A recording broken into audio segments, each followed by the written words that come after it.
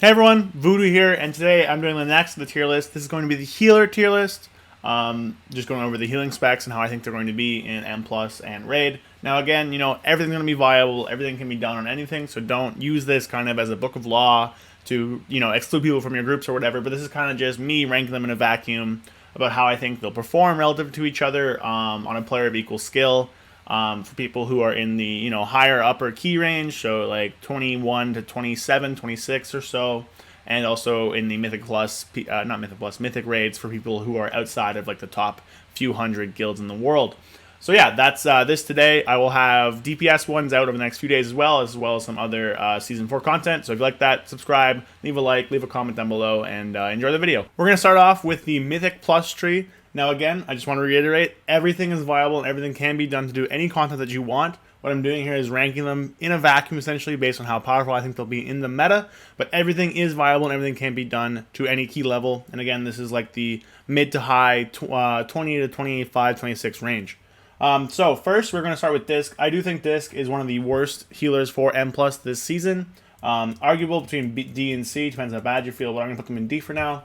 Disc has a really hard time healing people outside of packs. All you really have is Shadow Mend, and even then that does damage to people. It has a really hard time dealing with single target healing because of its atonement ability to spread.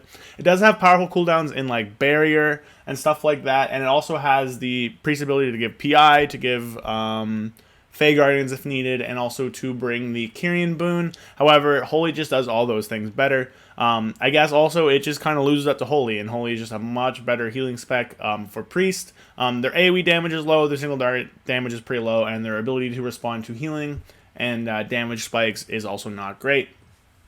Next, Paladin. We'll put Paladin in B. Paladin's definitely fallen from the first season when it was incredibly strong. Ventnor got nerfed, Kyrian isn't as good anymore. And their healing overall has just been lowered. However, they're still quite strong. They bring really strong cooldowns in the terms of Devo and Wings. Those are very strong. They bring pretty decent damage. Really good passive damage with Consecration. They can bring really good damage with their Covenant abilities, with Holy Shock, with Crusader Strike, and all that stuff. However, their healing output is relatively low. They're quite slow. And they don't bring as much utility overall as the higher up specs, or as much damage as the higher up specs. So they're going to go in B tier for now. I will put Holy in S. Holy is by far the best healer of this tier in almost everything you do. They bring really good single target healing, really good spot healing. It's very hard for a group to die with a Holy Priest that knows what they're doing. They bring PI, which is very strong. They bring really high damage with Kyrian. Now, this damage will get lowered because is no longer in. So you could potentially be seeing some Night Fae start to come out, especially for boosting up your other damage dealers, maybe boosting up your Warlocks or stuff like that. Their healing is unmatched. Their ability to kind of save the tank with Guardian Spirit and then go off and just blast damage is really strong. Overall, they're just crazy. Utility is high, damage is high, everything is high. If you are a Holy Priest, you are in a good spot. Holy is doing very good. Next is Mistweaver. Mistweaver, they're going down in C. Now, really, you can put these both in C, and I wouldn't really blame you. I'm just choosing to put Disc down in D. You know what? Actually, we'll move it up. We'll be nice to Disc today. But really, Disc is by far the worst. Anyway, so Mistweaver. Mistweaver's damage can be decent in M+. They do have Spinning Crane Kick. They do have Ventnor, Covenant ability, which can do some damage. However, their biggest issue is that they are not able to heal while doing that damage. A lot of their healing is very active. With like Rising Mists and oh man, that other spell there, Vivify, I guess, I don't know. They don't do a lot of that single target healing unless they're just spamming Vivify, and then spamming Vivify is slow and will run them out of things to do. Their CC is fine. They bring Ring, they bring Leg Sweep, but really their damage is the biggest thing holding them back. All they can do is Spinning Crane Kick, but since that does not trigger Rising Mists, so they can't extend all their dots while they are healing or dealing damage with Spinning Crane Kick, it does lower the viability quite a bit. So that's why I put them down in C tier. I do think they're slightly better than Disc because they do bring better overall AoE damage. Their healing profile is fine. Everyone's healing profile is fine, but their damage is really what's holding them back. Next, Resto Druid. Resto I'm going to put up in A. Resto has really strong ability to do healing, just passively. You just throw hots on people and you can go to town doing damage. And they also bring a bunch of different damage profiles that you can use. You can run Night Fae with Boomy Affinity to get potentially high roll Starfalls or Moons. Or you can bring, and this is probably more common, Necrolord, which is actually pretty good. A lot of the classes don't bring Necrolord buff. It's just basically Windwalker and I guess Prot Warrior are a few of them. But they bring Necrolord, which causes a lot of damage spread out with their dots, with everything bouncing around. They bring that legendary that allows them to focus single target down with Moonfire, Rake, and Rip. Overall, Druid, really strong damage profiles, especially in single target. They're one of the higher single target damaging specs in the game for M+, for healers. They also bring very reliable healing. So they're an A. They're not in S because they don't bring that PI benefit. They don't bring that quite as strong single target triage healing that is really important in M+. But they're very strong right now and a very good pick. And last, and certainly not least, is Shaman. Shaman I'm going to put above Resto Druid here. The reason for that is almost entirely on their ability to do double DPS Legos. So for those not in the know, Kyrian Totem for Shaman does a lot of AoE damage on a quite short cooldown. I believe it's 30 seconds to 40 seconds. And whenever that goes down, it just blasts AoE. It hits a bunch of targets whenever you heal or deal damage. Big AoE. And they also bring the Earthquake on Earth Ellie every 5 minutes, which is also quite a large amount of damage. Earthquake deals a lot. Having a permanent Earthquake on your Earth Ellie is very strong. Likewise, it also just has that knockdown benefit, which is very, very good, especially when coupled with their ability to just naturally do damage with Chain Lightning, their ability to kind of funnel damage with Lava Burst, and they have very strong healing. They're one of the strongest healing. They have really strong cooldowns for a lot of scenarios with Ascendance, with Healing Tide, with Spirit Link, with Cloud Burst. They have a lot of ways of getting you out of situations that are very troubling, and they do a lot of damage overall that contributes to the key being completed, which is very important. So these are my M+ rankings. We're going to move on to the Raid rankings now. So now we're going to do the Raid rankings. Now we're going to start again with Disc.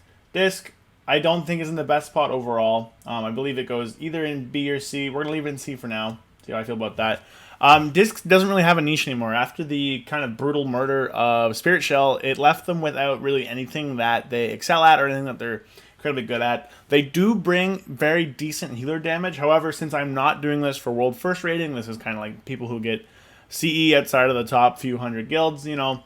I don't believe that they really bring anything super impactful, super meaningful. They're very squishy. Their HPS is fairly low, and they only do it in large bursts, which there's a fair bit of rot damage just overall in a lot of these raids.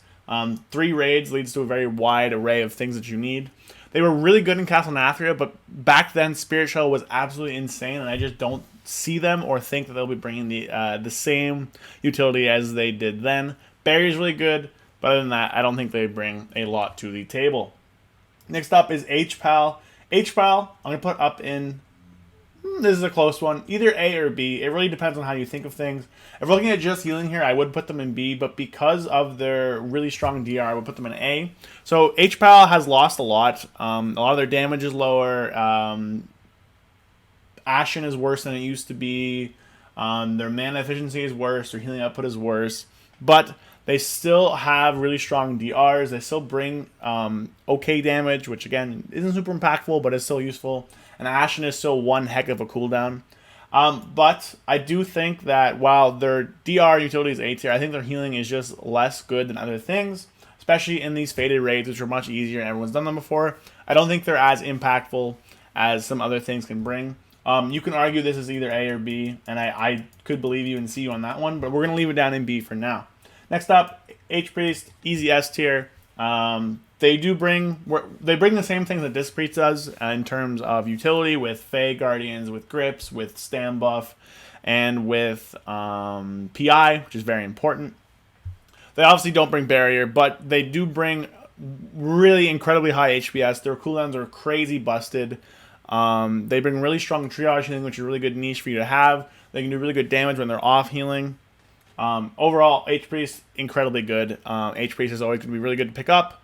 They do really good damage. They do really versatile, really good healing. And they just bring a lot of stuff that Disc Priest currently doesn't. Mistweaver I'm going to put an A. You can argue S, but I'm going to leave them in an A. They have really, really, really high HPS, one of the highest in the game.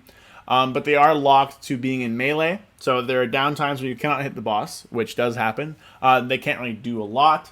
They're also a little bit squishier. So is H-Priest, I guess, but Mistweaver just doesn't have that kind of oomph factor to it. It does do really high HPS, but it is less than H-Priest and other classes in a lot of scenarios, but they are very strong. The Venter Covenant nerf kind of holds them back a little bit. I think if that was unnerfed, you see them in S tier for sure. But overall, high HPS, decent enough utility. They do bring a low damage amount, especially when they're healing or away from a boss, which is a big deal. But that raw HPS can do some work, so I think they're pretty good.